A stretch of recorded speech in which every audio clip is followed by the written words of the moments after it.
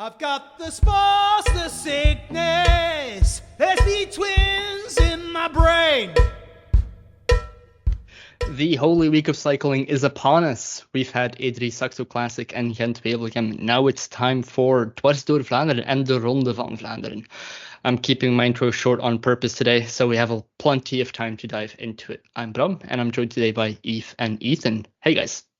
Hello. Hi. Well, like I said, we're just going to dive straight into it with some E3 review. I've got to be honest, I did not see this race. I was at work, couldn't watch it. Sorry. So you guys are going to have to carry this part. I've seen the results. So I think, Eve, I'm going to have you start this off because we know that you're a little bit of a MVDP fanboy. No. First of all, Bram, how can you miss the E3? It's the mini Tour of Flanders.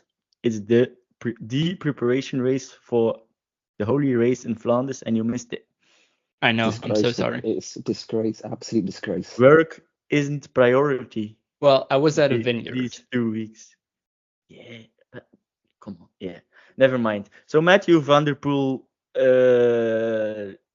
I think we can say, demolished the opposition in the E3.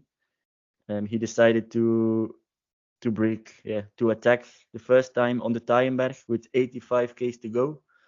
And at that point, no one was able to follow. Not Van Aert, not Wellens, not Pedersen, not Stuyven, literally no one.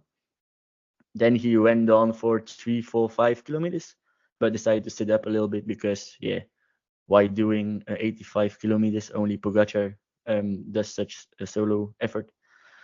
But it was, the race completely exploded from that moment on.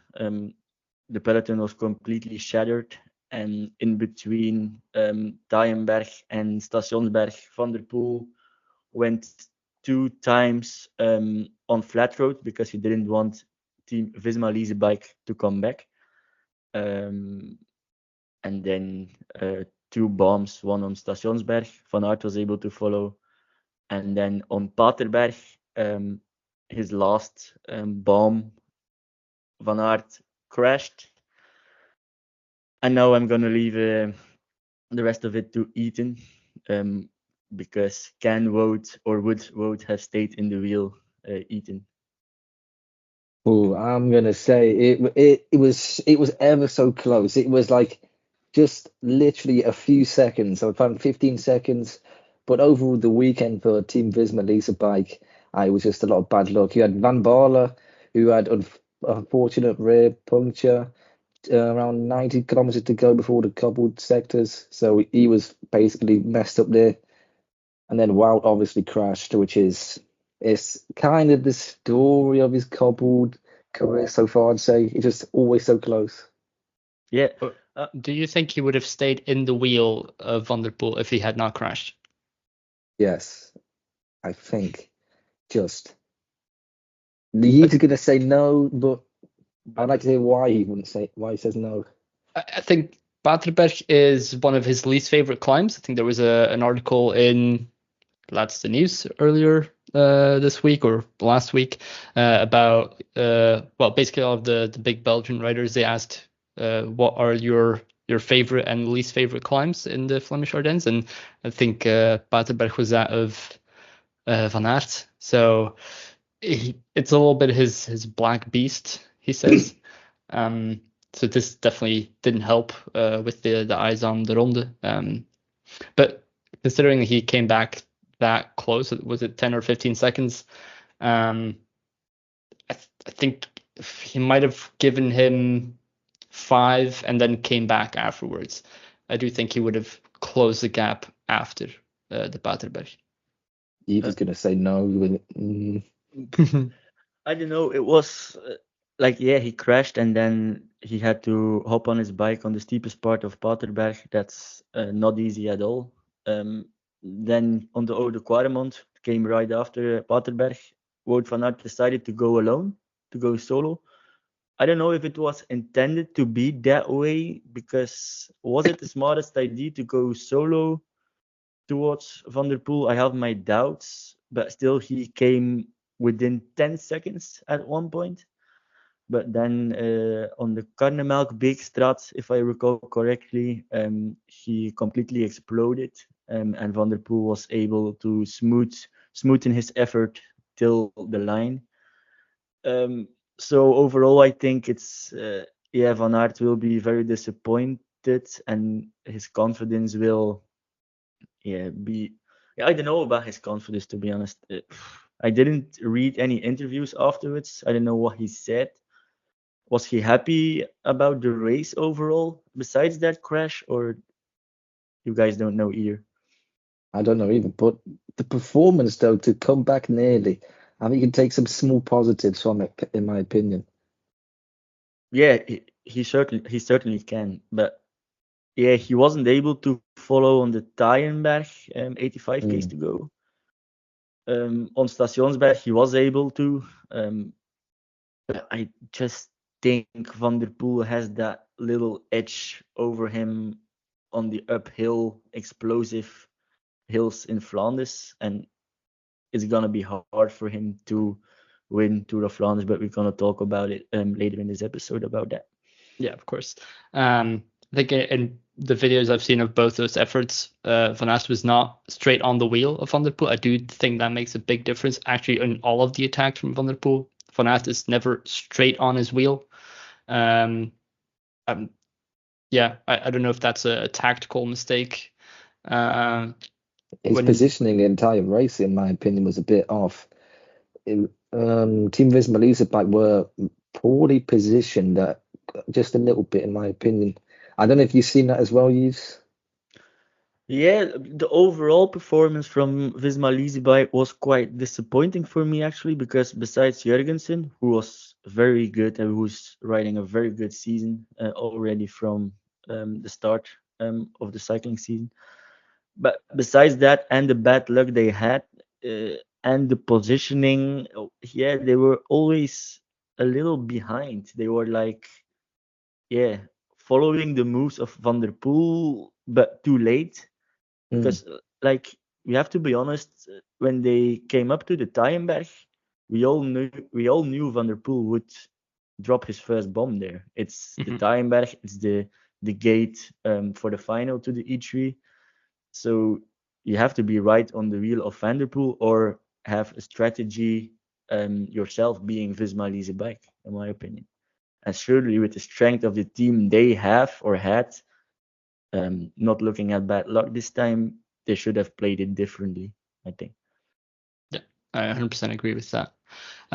We've mainly focused this review so far on our two big riders, Van der Poel and Van Aert, but of course there was another rider who finished in between the two.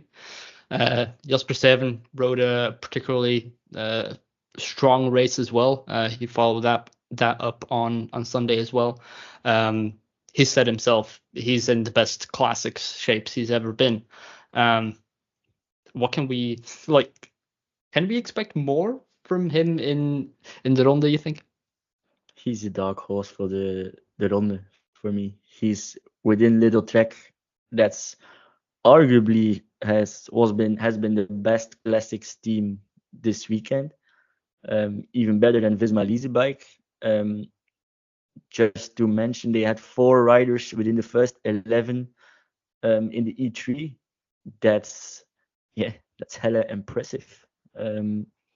Even Alex Kirsch, who is mainly known as a loyal domestique, who can go deep into the races, finished 10th, and Tim de Klerk wasn't even on the team yet. So what's impressive as well is the whole of Lidl-Trek, they could play 5 or 6 cards for a win at the minute, which is incredible, really, for a team like that already, to show that the little money is really paid off already, and it's just 1 year. Just imagine a few years down the line, you know. Yeah, definitely. And I remember Van Aert dangling 10 seconds in front of the chasing group with Jurgensen, Stuyven, Wellens, Narvaez in there, and they were all empty. Their tanks were empty, and then Stuyven just rode away from them, very controlled towards Van Aert, and was immediately able to to take the front and keep the gap towards the others. So it was very impressive, and he was very strong so deep into the race, which means the Ronde van Vlaanderen, Tour of Flanders is a longer race, that he still has that volume to peak in the Tour of Flanders. And we know Stuyven is very good in hard, long races. He was good in Leuven in the World Championships as well. So yeah, he's ready, and he's, like you already mentioned, in the shape of his life. And together with a Pedersen in the team, that's a lethal duo, and they can play it out perfectly. Mm-hmm. Well, let's maybe bring it to the Sunday race, Gent-Wevelgem. Of course, sort of the Domestique home race with Yves Hans hailing from Ypres. I still find it a little bit weird that Gent-Wevelgem starts in Ypres, but it is what it is these days. Screw logic. Screw logic. It's cycling, but it makes for a beautiful start location, that's for sure. On the Mart. Bring it straight back to Lidl-Trek and Stuyven and their tactics. Obviously, we saw a little bit of a different tactic played out in that race with Milan getting sent ahead. I think that was very, honestly, the race-winning tactic. Of course, Pedersen went on to win it later on, but forcing Van der Poel in a break to ride that hard after Milan. And basically sheltering Pedersen. That's the race-winning decision, in my opinion. Milan as well did. Oof. He didn't even like get out the saddle or anything. It's just, you just see him and he's what? He's a massive enigma really for me in cycling, where you just see someone like that just keep performing. Yeah, it all started with the first ascent of the Camelberg from the Belvedere side. Van der Poel launched his first attack, and then there were let's maybe play it back a little bit further, because of course we do have some echelons before that in the Moeden, which does form the race a little bit, with the 29 riders getting away. Some efforts were already spent there. True, but I was on the side of the road for the majority of the day, and I have to say I was quite disappointed about the echelon action in the Moeden. Am I the only one? Was I the only one? Or because I expected more from it, to be honest. The gaps weren't that big, and the cooperation in the first group wasn't perfect, which means at the end of the ride we had quite a big peloton sprinting for that third position in Wevelgem. So that means quite a lot of people were able to come back after the echelon action, and there was enough wind. So I don't know. On television, you guys probably have seen it. It wasn't. It wasn't even televised. No. Yeah, it's like 5 kilometers before, I think, which is pretty stupid. But yeah. Yeah, I was quite disappointed about the action. But yeah, I get what you mean, though. There were a lot of people that came back, which. Yeah. And then then they started the hilly zone with 3 times Camelberg, 2 times Belvedere, and 1 time Ossuaire. And to be honest, I didn't expect I had to say it, but Van der Poel was the strongest in only one of those 3 ascents. The other 2 were dominated by Danish dynamite Mads Pedersen. He was super impressive. And that's what you want to see. You want to see someone actually take on Van der Poel, you know? Yeah. Well, yeah. Like Van der Poel said in Wevelgem at the finish, he suffered so hard, and he was almost dropped on that second ascent. And we saw it on television as well, that he gave me some Pogačar Van der Poel vibes, where he was able to crawl back to the wheel from Pogačar in the first years the Slovenian started in the Tour of Flanders. That he had to use all his force from his back, and right now he had to really use the force in his back to crawl to the Pedersen wheel. Yeah, I mean, super impressive from Pedersen. But I think, like I said before, really a team effort this time around. But putting someone like Van der Poel under pressure on Kemmelberg, I've never seen it before. That being said, of course, Van der Poel had quite a bit of a solo in his legs from Friday. He definitely will have felt that. So we probably didn't see the 100% Van der Poel after that extensive effort. But I think it was also, it says a lot that in the interview afterwards he said, well, I was kind of cracked, but I kept riding anyway because as a world champion, that's expected. Just that sense of honor of like, I'm wearing the rainbow jersey. I'm not just going to sit on. I'm just going to work with you and probably lose to you in the sprint. That is an amazing thing to do. But what do you think of that, Bram? Because knowing he has Philipsen in the bunch sprint right behind, he's maybe the fastest sprinter on earth. He didn't win the sprint for third, but knowing he's there, do you have to do what Mathieu did? And as Team DS, would you be happy with the way Van der Poel approached the final of Gent-Wevelgem? I think in retrospect, and if Van der Poel was honest to his DS, then probably they would have had him stop riding. I'm not saying that he lied about his legs, but it's just, Philipsen didn't win the sprint for third either. Right now, they had definitely second place locked in. They could have gotten first place.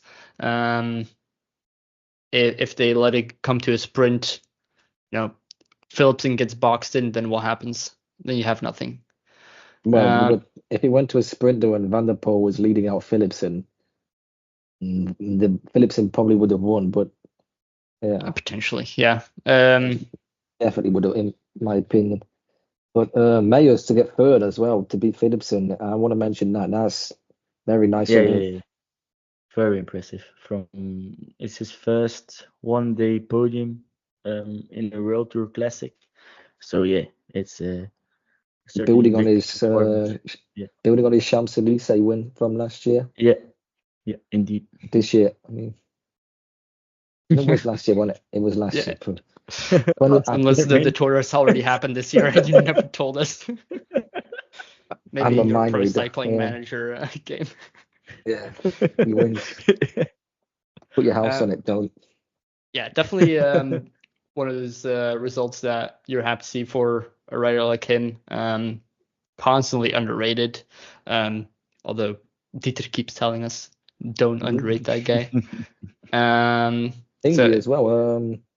Another team I was very impressed by as well, who are always on the offensive again. Tudor Pro Cycling. Trentin was super good in the cobbled sectors. That's what I was noticing on the TV. Yeah, he was. He's in a very good shape, and he's a good leader for a young team. That getting to know the roads in Flanders, etc. So yeah, him and Marius Meyerhoff for making a nice duo, I think. Yeah, Meyerhoff finished 18th as well, so pretty impressive. But most impressive for me, besides those two being Pedersen and Van der Poel, is Lawrence Piddy. Of course. Yeah. 21 years old. His development. That guy. My. Come on. That's so impressive. It's his first year as a professional, second year as a professional. Definitely second. It's his sure. Second, yeah, indeed.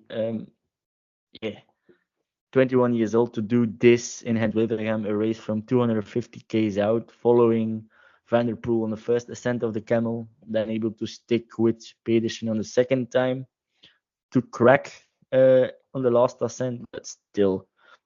And he kept on riding as well. Like, he was completely done, but still he tried to keep up the pace and was able to finish in 26th at the end. So it's not like he completely gave up. What is it? For the years coming, it's just so many positives for him. Just imagine all he needs is that extra 10% in the tank, and he's probably going to win these types of races. Gent-Wevelgem, he definitely will win it, in my opinion. But is Groupama FDJ going to be able to keep him? I think he's going to be. I think he doesn't have a contract yet for next year. So he's going to be so sought after. Interesting information I heard about him 4 or 5 years ago when he still was a youngster. He wanted to ride for the Visma Lease bike youth team, but the team was full, so they weren't able to recruit any riders. So he decided to go to the academy team of Groupama FDJ. So maybe there is some sort of connection still there within the Visma Lease bike squad, and will we see him in the yellow colors after the season? And then the question is, do we want to see him in that yellow colors? I mean, last season we had Jurgensen as sort of the revelation of the classic season. Now we have, and then of course Visma Lease bike took him on. Now we have Pithy. Will we see the same thing happen 2 years in a row? I'd make a prediction. Yeah, I have a feeling someone like Ineos would go for him. I've seen Jim Radcliffe podcast on Geraint Thomas podcast, and he was saying about buying like talent and stuff like that. So Lawrence Piffy to Ineos. If they wanted him, would he go there? But I wouldn't go there if I was him, in my opinion. Don't kill me, Josh. But yeah, but I think he would go there. Yeah. Where do you think he should go? Come on, PCM manager. It's your time. If I was a PCM manager, a team that's on the up, put him under pressure. Please don't say X. Bora. There we go. Bora Red Bull. Where next year if they go? Is it to go to Red Bull? The name? They're going to do something at the Tour. Yeah, the Tour already. Yeah. I think he'd go there. All right. Well, we were doing the Gent-Wevelgem review, so let's maybe switch back to that. I do want to mention two rather significant crashes for what is coming up. That is Jan Tratnik, who went down, hit his head, but is apparently fine to start future races. And then we have Narvaez, who also hit his head, but has a concussion and basically has to drop out for the rest of the Holy Week. Due to that concussion. Considering the form that he showed at E3, I think that's a massive disappointment. Yeah, it definitely is. Narvaez is a guy with, in my opinion, a lot of bad luck. He always has a crash or something like that. But his level he was performing in E3, he was insane, really, for me. He probably could have podiumed, I think. I agree. Yeah. Or Gent-Wevelgem, I mean. Yeah. Because, And then I want to talk about one rider that we didn't get to see, really, but we had a lot of high hopes for. Arnaud Delis. He was nowhere in both E3 and Gent-Wevelgem. Clearly, something is up with him. Yves can definitely blame it on the team, and I'm sure he will. But I think just from a physique standpoint, you don't just go from jumping between echelons solo to just being nowhere. To put it simply, the team's not good enough to help him. In my opinion, he's every single time he's isolated, so he's not got much help. But the team has quite a bit of bad luck as well. Not only the classics team, but Beulens crashed as well and has some knee pain. The league crashed in what was the race again? Le Samin.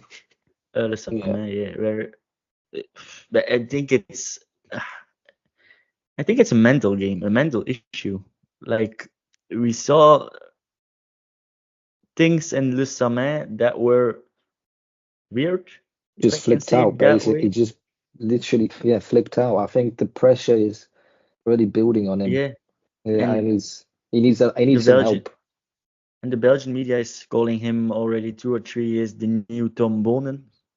but the guy is still so young and he has so much pressure on his shoulders that, yeah, I think it's more of a mental issue. Of course, his form just isn't good enough. That's why they removed Dwars van Vlaanderen from his schedule.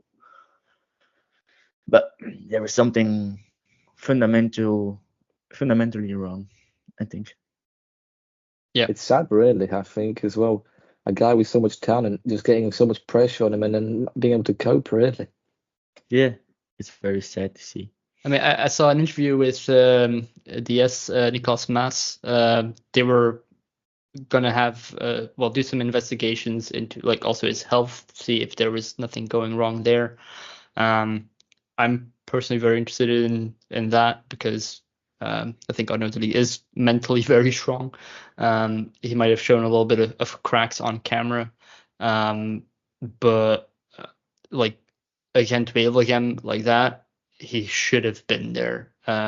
Even if he struggles mentally, just I don't think he had a physique. Even when the groups came together, and then the new attacks went, then it's just how strong are you physically, and then he just wasn't there. Yeah. Right. That was it for the men's review. Yeah. All right, let's move on to Gent-Wevelgem for women then. Of course, there we did see a much larger bunch sprint, although we did also see some really strong attacks on Kemmelberg with a very strong Lotte Kopecky. But in the end, it all came back together with an amazing Kopecky lead out. And honestly, a sprint that was a lot closer than I expected between Elisa Balsamo and Lorena Wiebes. Could you guys see on the line who won, or did you have to wait for the photo finish? I had to wait on the photo finish. It was quite close from the front view, but when we saw the photo finish, it was like a bit less than half a wheel difference between the two. So yeah, but Elisa Balsamo is in the shape of her life.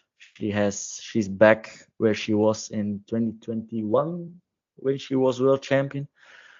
She's even stronger. She's able to compete with the fastest sprinters on flat finishes. If someone would say it to me 2 years ago that someone would challenge Wiebes, and it's not Cole, I would say impossible. But still, Balsamo has a very high top speed, and she finished second in Gent-Wevelgem. But on Wednesday or Thursday, she won Klassiek Brugge de Panne against Cole. And the weekend before that, Alfredo Binda, she won as well. So she's in a stellar form and she's ready for what's coming up. Definitely. Go ahead. I want to say, some of the fan behaviour on that Gent-Wevelgem women's edition race was absolutely appalling for what I've seen. I don't know if any of you seen that, what one of the fans actually did. Yeah. It was on the Kemmelberg Ossuer when they touched Kopecky. It was. I don't know why you would do it. What's in your mind to even think about doing that? But it's unacceptable. But I think it's very difficult as well for race organizers to do something about that. To be honest, besides looking at footage and try to get the identity of the man. I think it was still pretty clear as well who did it. So I hope that the guy who did it is swiftly prosecuted, really, for what he did. Yeah. Completely agree. Interesting fact as well. Gent-Wevelgem was for women was 171 kilometers, and that's the longest ever one-day race women World Tour one-day race at this point. So they added some extra kilometers again this year. So 170k is already a pretty long effort. They did 4 hours and more than 15 minutes for that race. It's still over 40 k's an hour average. So I'm not doing that ever in my life. But it's nice to see the upward trend in race distance for the women as well. They claim already for several years that they are able to do that long distances as well, and that they wanted to do that long distances. And it's good to see that Gent-Wevelgem is doing some effort to make it happen. Definitely. Yeah, it's like, what is it as well? If they don't try it, you don't know what's going to happen. So I think gradually it should I think keep it brings in a going. lot of fatigue as well. So Yeah, it was the same with the Camelback Osseweer side. The first time Gent-Wevelgem for women, they didn't climb it from that side because they thought it was too steep for women. But they've added this year and last year. So, and it's great action. If we see how Lotte Kopecky attacks on that side of the Camelback with Wiebes in the wheel, very impressive climbing by Wiebes as well. In Gent-Wevelgem. It's only a big plus that they are making those changes to the parcours. 100% agree. All right, if we were about half an hour into this, let's maybe dive into some previews. Let's perhaps keep it short for the first one. It's Dwars Tour of Vlaanderen, of course, a very important race, but I mainly want to focus on what comes after that, of course. Dwars Tour of Vlaanderen, we don't have the world champion there. We do have Wout van Aert. And in general, a pretty strong Visma Lease bike team. They have planned, again, Benoit Jorgensen, Tratnik, and Van Baarle. That, of course, in any other classic, we would say that's a race-winning team. But we're also seeing very strong teams from Lidl-Trek again. Lidl-Trek, insane team. That's That is their A team. Beautiful team. But They added Tim de Klerk, and that team. It's so much quality in Lidl-Trek. Let me just list the names for a sec. So that we currently have Mads Pedersen, Jasper Stuyven, Tim de Klerk, Jonathan Milan, Tom Squeens, Edward Teuns, and Alex Kirsch. That's an insanely stacked team. Is that a team you bring to Tour of Flanders though, or should you not give some of the guys a rest for what's coming up on Sunday? More preparation is better, in my opinion. You can eke out your, for example, your bad performance and just work on the set, in my opinion. Right.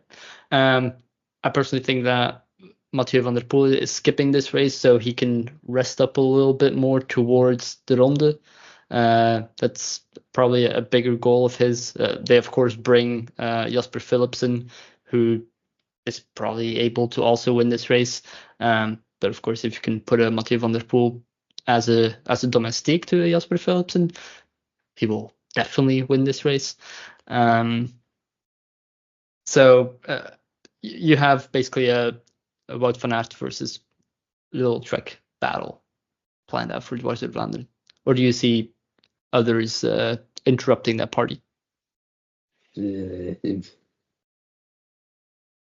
No one interrupting that, I think. But what does he think? I don't know, actually. Dwars of Vlaanderen is always a strange race. For me. There are a lot of people who are not going all out in this race, knowing what's on the menu on Sunday. But normally it's gonna be a Lidl-Trek against Visma Lease the bike fight. But we have Soudal Quickstep who brings Paul Magnier. I was gonna actually mention that. That guy can produce some serious watts, which as I think Dieter in January was mentioning to me his performances in the training camp of how good he's been. Yeah, we have Joshua Tarling as well, who's making his debut this season in Flemish races, in a Flemish Classic.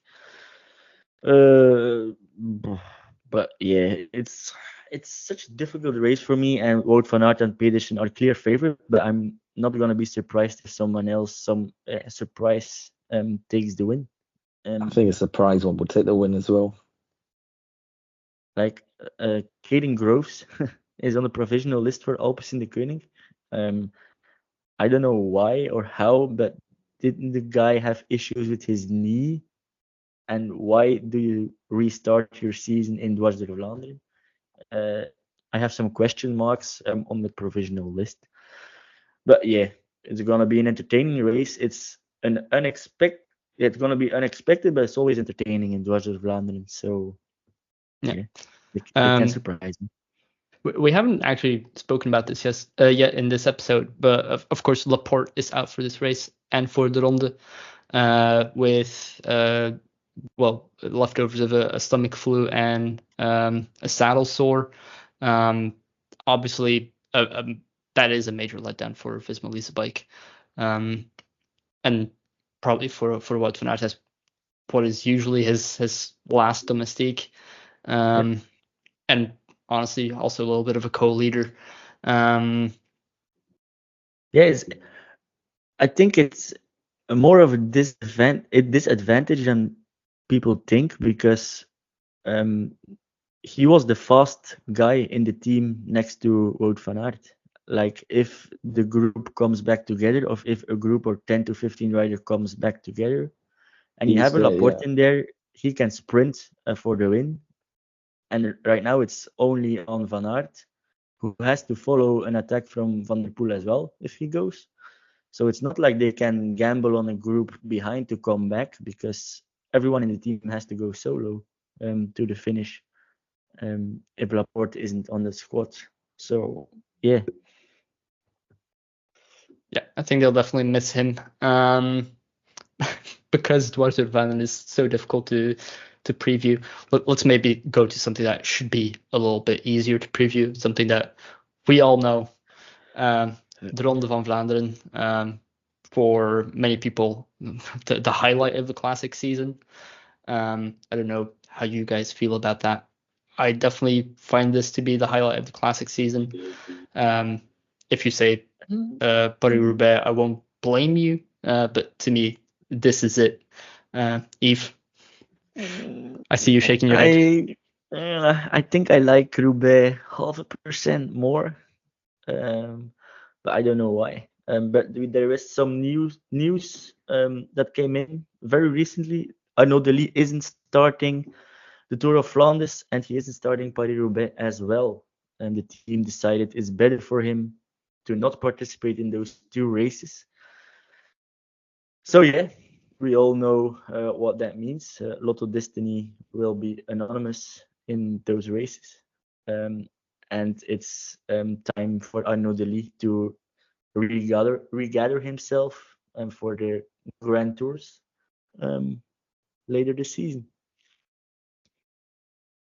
Yeah, all right. I'm just reading Bram, the press. Bram is reading the article. I'm reading the press release right now. There's no exact reason given. Just says several setbacks. It's better though, I think. Just looking after him more, I think, as well. And going back to the Ronde van Vlaanderen and Paris-Roubaix, I'm gonna have to say I'll have a judge on next podcast after I've seen the Ronde van Vlaanderen in person. I can't wait for that this weekend. I'm going to be at the Common, I think, or the finish line. So yeah, if anyone is there, come and say hello. I'll be there. And I can't wait for it. Yeah. And bring a 6-pack of beer for Ethan. Yeah, definitely. I don't know what beer it is. It's some one that Hannah's told me to try. It's 8%. So yeah, I'll be having that. Was it Duvel or something? Yeah, that's it. Yeah. All right. Cheers. Nice. All right. Well, what can we say about the Ronde? It's beautiful.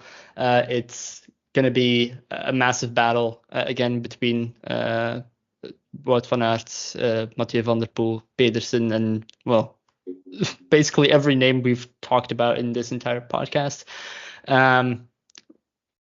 Honestly, I do just want to start off. How big of a shame is it that Pogačar is not here after what he's shown in Catalonia?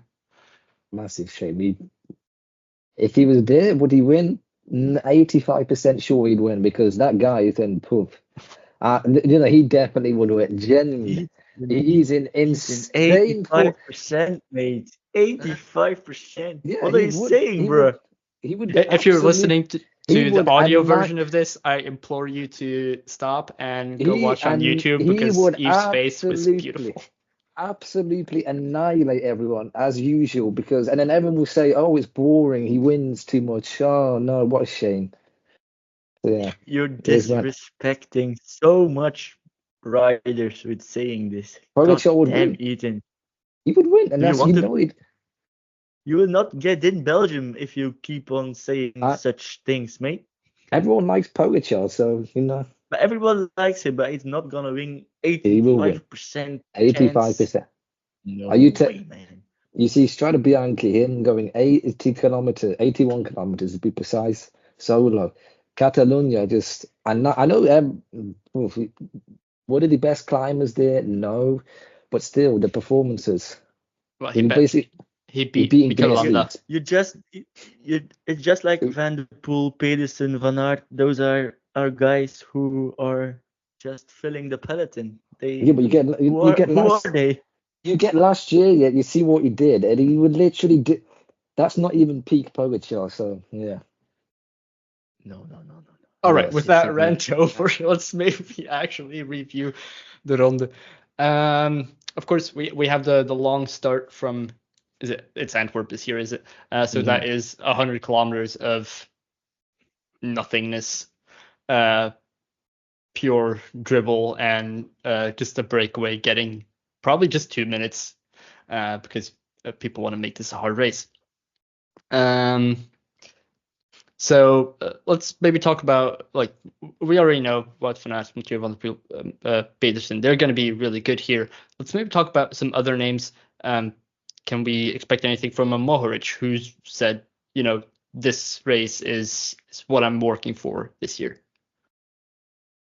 Yeah, Mohoric is always a guy you have to watch out for, because you don't want to give him 50 meters. He's motoring home if he gets that gap. Mm-hmm. But I'm quite doubtful, because he didn't really convince me yet during this classic campaign. He's always there, but yeah. I mentioned him because I think he's sort of hiding a little bit. He's done this in the past where he's good, but he's not really riding in the picture. And I think he said, with him saying that the Ronde is what he's riding for this year, that we'll suddenly see him really going for it.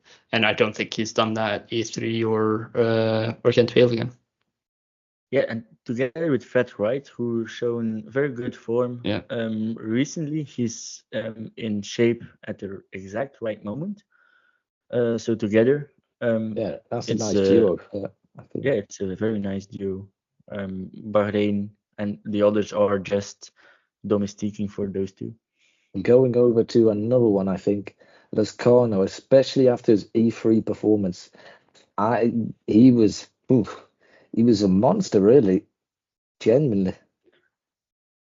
But as someone, can he stay with Van der Poel though? No, but I don't think we have to ask that question, because if we only gonna count in riders who are able to follow Van der Poel no one on really. a hill, then no one or maybe one is able to follow that wheel. But it's up to the other teams, because Alpecin has to carry this race. It's a big loss for them that Pogačar isn't starting, because if Pogačar is there, UAE will work together with Alpecin, and now it's all on Alpecin. Maybe a Lidl-Trek will help them out, because they have a lot of confidence. But still, it's gonna be all against Van der Poel, because everybody knows if we wait till Van der Poel decides how the race will play out, then we're gonna suffer. So they have basically he's gonna be sitting and waiting, aren't they? Just literally everyone is gonna be like, "Oh, Van der Poel's gone, let's go." Yeah. I think last year we saw a very interesting tactic play out with quite a significant group. I think they went on the first time of the Quadramont, where like you just had a lot of riders anticipating, which I thought was a very clever move at the time. And honestly, if you have a Pogacar there and a Van der Poel and a Van Aert, it's what you have to do. Do you think we'll see a similar move again on the first time Quadramont, which is, what is it, some 120 kilometers to go? It's certainly possible. I think Van der Poel is very lucky that Kragh Andersen is on a very high level as well. He's doing a lot of work. He has very good legs. So if that move goes, then certainly one of the Alpecin guys, maybe two, together with Gianni Vermeers, have to be in that move as well. And Alpecin just can't let a group go away without one of them in that group. So that's going to be a major factor. All the teams have seen Gent-Wevelgem and have seen how Lidl-Trek a little bit exposed Van der Poel a little bit, how you can make it hard for him. So it's up to the other teams to do it, because there are teams who have the advantage in the amount of good riders they have in the team, being Visma Lease bike, Lidl-Trek. Bahrain can play with the two, so they have to make it hard for Alpecin. If it was to go down to like a dual sprint or a trio sprint, I think everyone's going to be looking at the finish of Mads Pedersen yesterday. Definitely, as a textbook maneuver, what you do. Yeah, it's a textbook maneuver, but so difficult to do, because Mads Pedersen made that sprint so long that he kept the pace high on himself, and then launched his sprint very early. So it is what you have to do to beat Van der Poel, but you need to have very good legs to do it that way. Could you imagine as well if it's Mads Pedersen and Van der Poel again in that situation? That would be, I'd love it, because he knows what he's going to do. Van der Poel knows what Pedersen's going to do, to be precise. I think just in recent years, it's become quite obvious that if you are in a 1v1 against Mathieu van der Poel for a sprint and after a long classic, starting early and keeping up speed before the sprint is the key. I'm not sure if Van der Poel has got a response to that. Obviously, starting even earlier is not really a solution. So yeah, like his power is really his explosiveness, and I think we've just seen some very clever riders and DSs just counter that. But of course, like this is the classic that is the most perfect for Van der Poel. It's if you think of a rider with all the attributes that you need to win Ronde and you design him, you design Mathieu van der Poel. So to me, he still is the favorite, but he also brings a strong team with Phillips in there as well, who he can play out a little bit more tactically. If it does happen that Philipsen is in a group 2, does he sit up this time and potentially save some legs for himself after what happened at Gent-Wevelgem? I personally think so, but of course Philipsen does have to be in a group 2 for that. Philipsen in the I have my doubts, to be honest. I don't see Philipsen even being in a group 2. I don't know. Borderline. Yeah. I want to go back to last year as well, really as well. Nielsen Paulus, he finished 5th last year, yeah. But this year, his start of the season has been it's been injured. He had crashed into Gran Camino. Yeah. But I think we go back last year. I think we interviewed Nielsen Paulus, and he was saying it was one of his big goals to do the classics. And if he can improve on the 5th last year, and with the EF tactics, what he can do, There's potential there, but Pogacar not being there is a limitation, I think, of Paulus. Because we high don't tempo. know how good Paulus is at this point, because That's he what I mean. didn't race anymore after his injury, his knee issue. We know it's his big target, that he wants to discover himself more and peak towards the classics. But with Alberto Bettiol in the team as well, who won Milano-Torino, who finished 5th in Milan-San Remo. I don't know what happened in the E3. He DNF'd. He got dropped very early on, but Bettiol did. Very early on. I think maybe 90 kilometers out. I think I remember Adam Blythe saying, "Is that Bettiol?" Bettiol, yeah, it was. Yeah. So that's quite worrying. He was in a great shape. Let's hope he's able to gather himself for the Tour of Flanders. He's riding Dwars van Vlaanderen as well, Bettiol. So he was in a crash in E3.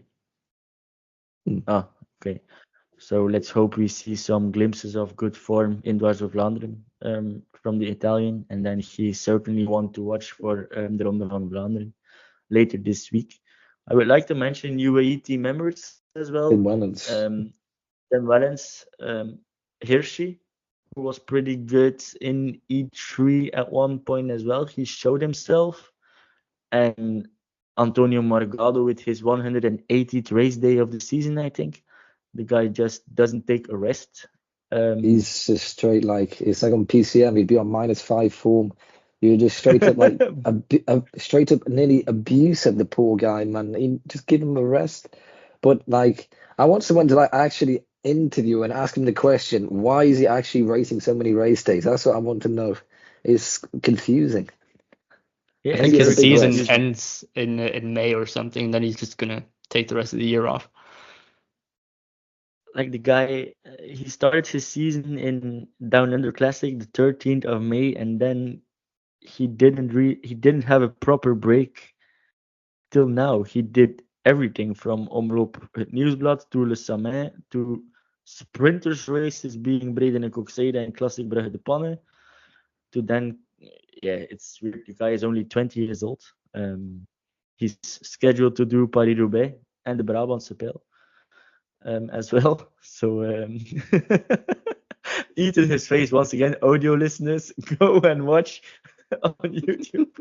I don't you would it's like you would not expect Morgana to do these things. I always thought he's like a climber, really.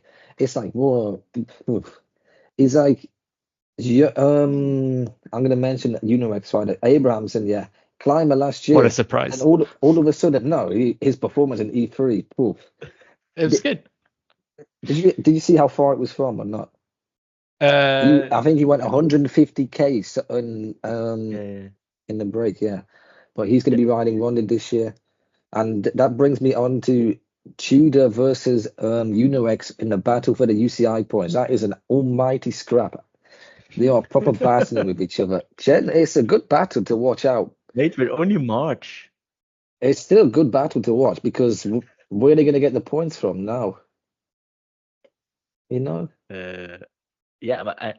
I think in general UNOX has the edge there, because they have some Grand Tour riders, being Johannessen, etc. And Tudor can't really farm a lot of points in Grand Tours.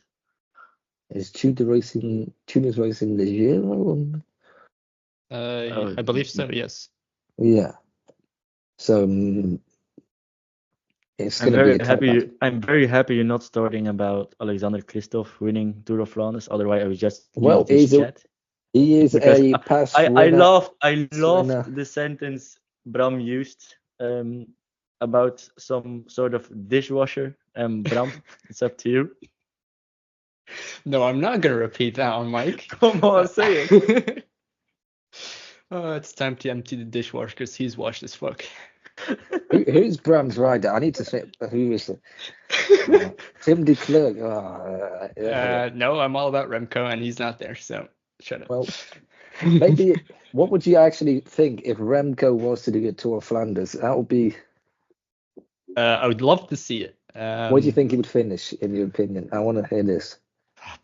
it's impossible to say. Like, I honestly need to see him in any Flemish race. But that is not Certainly Brussels gonna Cycling beat Club. Alexander Kristoff. He's beating Yes. Kristoff 100%. Has he won a Ronde van Vlaanderen? No. Yeah. Gosh. Wait, what about Michael Matthews?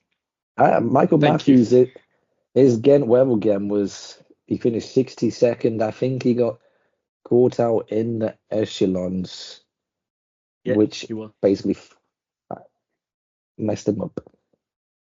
Is he able to do something in the Tour of Flanders if a second group comes back? Does he have more chance than Philipsen does to survive in Group 2, for example? Yeah, I think he has more fatigue resistance, in my opinion. But just as you've seen over the years, he does have an absolute tank in him, I think. Ooh, I And don't know. It's I very have my close. doubts with that. I Then may be I'm biased to him, but yeah. Yeah, I have one more name, and then I'm gonna give back the host role to Bram. Ben Teune, because the guy went in the attack in Gent-Wevelgem, showed some pretty good form and was able to drive up the pace quite a lot when they were riding from Ypres towards Wevelgem, when they were still in front of the bunch. He was certainly the best of that chasing group, together with Page as well. I heard a lot of word jokes being No, I was gonna Page say Turner. you That got was Pash funny. But still, was Turner strong was there very as well with Ben Turner. That was nice to see as a second option for Intermarché. Gourmay, does he have a chance in this? Do you think? No. I don't think. Yes, I- mate. His E3 was so good. He just forgot to eat. That was his problem, she said. That's something you learn in the juniors, though. Like, come on. Yeah, he forgot to eat, and that's why his tank was empty in the last 20 Ks. Because he was too excited. He was able to follow the big guys, I assume. He went on an Yeah, altitude camp in Eritrea, I think, as well. So maybe that's partially helped. Yeah, but he's back to his best form. Yeah, but He the performed team. good in Down Under. I'm really And- bothered by the team, to be honest. In so many situations in Gent-Wevelgem, they were in like numeric advantage, and then they just don't ride. Like, for example, the chase, they have a Guillermay who can probably win a sprint or contest for it, and Intermarché was there with 4 or 5 riders, and they don't help.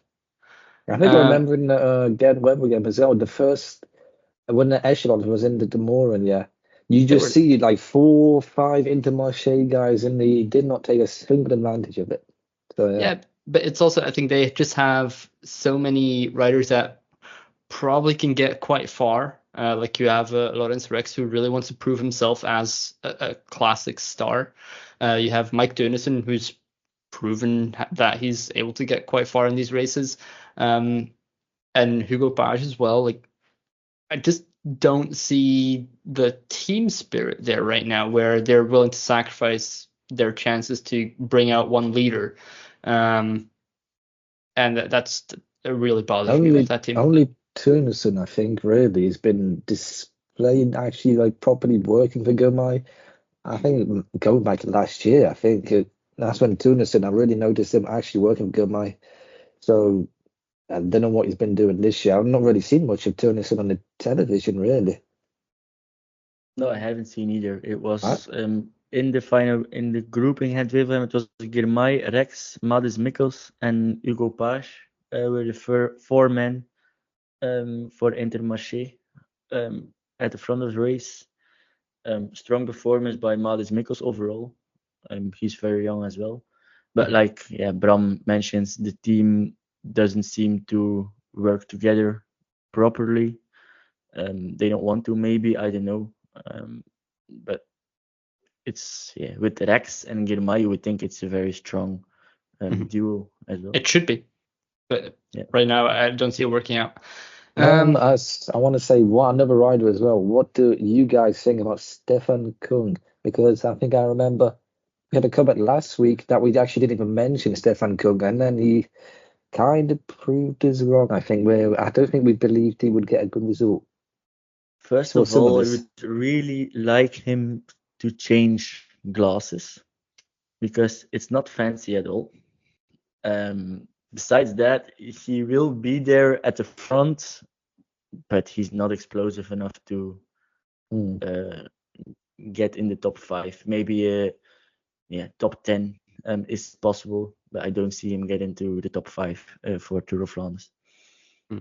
Just quite an iconic moment for me in Gent-Wevelgem was him hitting his bars on top of Kemmelberg because he missed the move with Van der Poel, and Pithy was there, so he basically couldn't go chase. Just at the top, he just hit his bars very visibly on camera. It's like, all right, that's an odd moment. But yeah, there was indeed a comment last week about us not mentioning him for the E3 preview. In the end, he got 16th. In Gent-Wevelgem, he got 14th. I expect him maybe 10th in Ronde. I don't expect him to be higher. He's 6th last year. I mean, I can't remember in my head what he actually did to get 6th, but but I think the Kung from last year and this year is not the same, and a lot of other riders stepped up. Yeah, definitely. We're quite far along in this Ronde van Vlaanderen preview, and we've not mentioned one team, and I think that says a lot, and that's Soudal Quickstep. We're almost 45 minutes into Ronde van Vlaanderen preview, and we have not mentioned Soudal Quickstep. What does that say? A lot of things. Who cares about the classic squad from Soudal Quickstep at this point? They just aren't there yet, and they're not gonna be there on Sunday either. It's I had a lot of expectations for Asgreen this season, I have to be honest. Asgreen kind of. He's always there. In his Gent-Wevelgem, his performance actually was. He was actually doing some. And what was it? The Group 2 chasing. He actually was putting in a real shift. But his E3 was very poor, I must say. It's Asgreen, Alaphilippe, Lampard. Those guys just don't have it anymore. And we all know Soudal Quickstep is making the shift towards a Grand Tour squad. It's a reason they don't really invest in their classic squads. Don't say Moscon is an investment, because the guy is riding almost for free, and he's doing very good this season. And I have to add, in comparison to last season where he did a record of abandons. But still, the team, no, I don't see it on Sunday. I don't see it for Roubaix either. It's waiting on Remco to be back in Liège. I think the best analogy to describe how Quickstep are as a classics team is just Patrick Lefevere was standing outside of his car, just literally with his arms crossed, just literally staring there. He did give an interview, or was it in his column, where he said, that he's made a mistake in his purchase and sales management. That the team has probably become a bit too weak to really matter. But still, you have riders like Lampard. Isn't it those? Cycling over the years, it's Quickstep in the classics. It's like a duo, but I don't know, to support Remco in his Grand Tour efforts, would he win? I'm not going to talk about that. I don't know what they've actually looked at to decide to go all in on his Grand Tour efforts. I don't know, but we'll see in July, shall we? Okay. No, don't have that high expectations, Bram. No, I don't. I don't want to see you cry in July. I want to. You want to see me cry in June? I want to see you. I want to protect you. Do you think though, like next year, Quickstep will sign more classics riders as they admit they make a mistake? No. I think this is just how it is.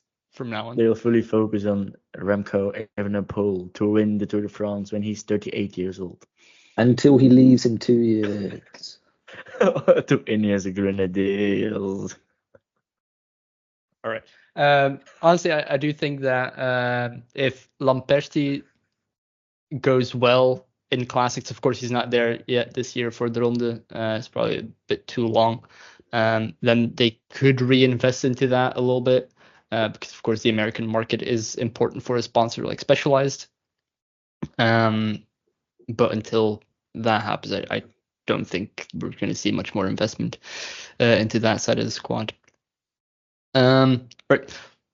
That's all for the men's. Let's maybe talk about the women's Ronde van Vlaanderen as well. I think I'm going to start off with the same topic, same question as I did last week when we switched to women's cycling. Who from SD Works Pro Time is going to win? Mate, this team, Kopecky, Reusser, Vollering, Wiebes. Who do you have to pick? Even Wiebes can win the Tour of Flanders if she gets the full support of the squad. I mean, you have to drop her, and that's the one thing that, like, it's getting increasingly more difficult to drop Wiebes on a hill. Like, her punchiness up hills, it's honestly, it's blowing my mind because she's always been that, like, well, up until last season where she just, whatever she did on Amstel Gold Race, she was a pure sprinter, and then suddenly she's able to go up hills. There are only two women who are able to drop her, and it's Kopecky and Vollering. Yeah, but will they? Or will they hold back like 2%? They will go all out because you never know. Like Acacia Niewiadoma is always good, is always there at the top in the Tour of Flanders and in all races in general. So I don't think they will gamble on a Wiebes, because if Wiebes is able to survive, then Balsamo will be close as well. And they saw how close the sprint was in Gent-Wevelgem, so they're not going to risk it to go to a sprint with Wiebes in Tour of Flanders and then to be beaten on the line by Balsamo. So it will be a Lotte Kopecky show. I'm almost sure of that. We saw her punchiness in Gent-Wevelgem already. She's more than ready. So yeah, it's all against Lotte Kopecky. So the other teams know what to do. Yeah, that's good. I think that's going to be a real spectacle for me to see in person. I can't wait to see that Kopecky, a nice, beautiful attack, I think. Well, I do think we have to mention Elisa Longoborghini as well. After what she showed in Strade Bianchi, I think she's going to be a big competitor. And of course, the GOAT is back. Marianne Vos is back in the peloton for this. So she's also not just going to throw in the towel. But it is a little bit difficult to preview this race without sort of concluding, well, SD Works, isn't it?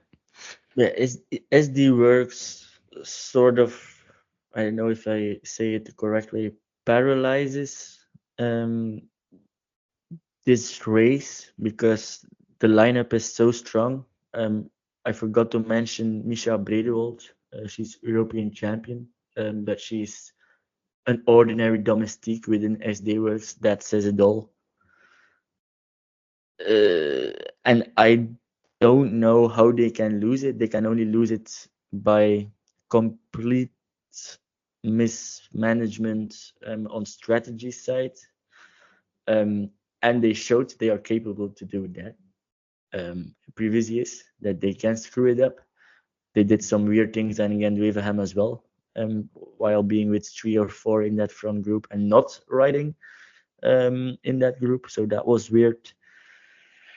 But yeah, it's gonna be difficult to beat SD Works, and that's pretty boring for the non-mainstream guy, as I have been mentioned a lot, been called a lot. That is just the harsh reality, I think. Mm-hmm. Can we expect Pfeiffer Georgie to challenge her Because of course in Gent-Wevelgem she was with her over the Kemmelberg. So she'll be ready. Yeah, she's gonna be best of the rest. She shows she's in a very good form, but yeah, I'm gonna say it again. She's so strong, Kopecky. She's All right. Yeah. I have no words for it anymore. Maybe Vollering can make it interesting. It's only her third race day this season. But still that's within the same team, so it's so weird. Yeah. To look She's into been that. on a lot of altitude camps, if I remember correctly, Vollering. Yeah, she is. So definitely going to be interesting. And if it is a one-on-one, I hope they actually get to race it out for real and not just, take the line. For the men and women's edition of the Ronde van Vlaanderen, I would like your guys' picks for the entire podium. The entire both podium, you have to men ask this in advance, my guy. Women's, you have to think of it on the spot. You think men and women's. This is a good question. You have to think. Mathieu van der Poel wins.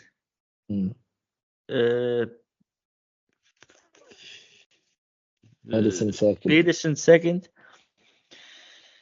And Jurgensen third. That's a good one. Okay, I also had Mathieu van der Poel, Pedersen, and then I would have Van Aert. Boring. Why?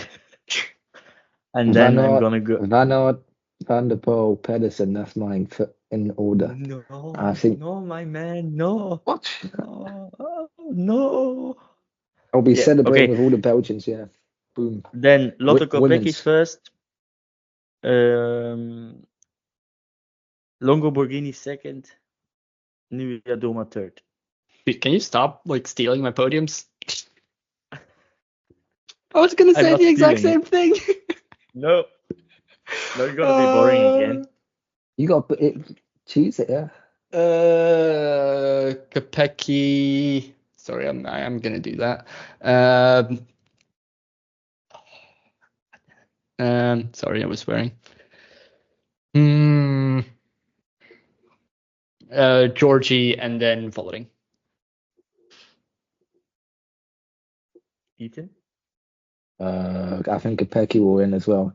That's what I think. Kopecky will win. Second and third. Mate, you have to on the spot, mate. On the spot.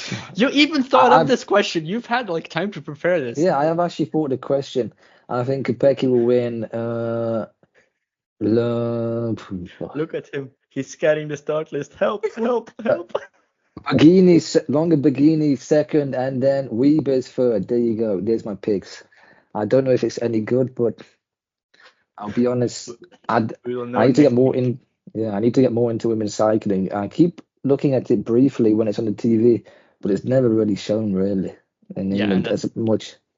That's the real shame of it. Yeah, it needs to have more coverage. But as far as I know, Ronde van Vlaanderen is pretty good with that, with a lot of coverage of it. Yeah, I'm excited to see both races. It should be good fun, a good atmosphere. Well, Ethan, I'm going to wrap it up, but first I want to wish you a lot of fun in Belgium. We'll probably see each other sometime this week, so that's going to be fun. Yeah.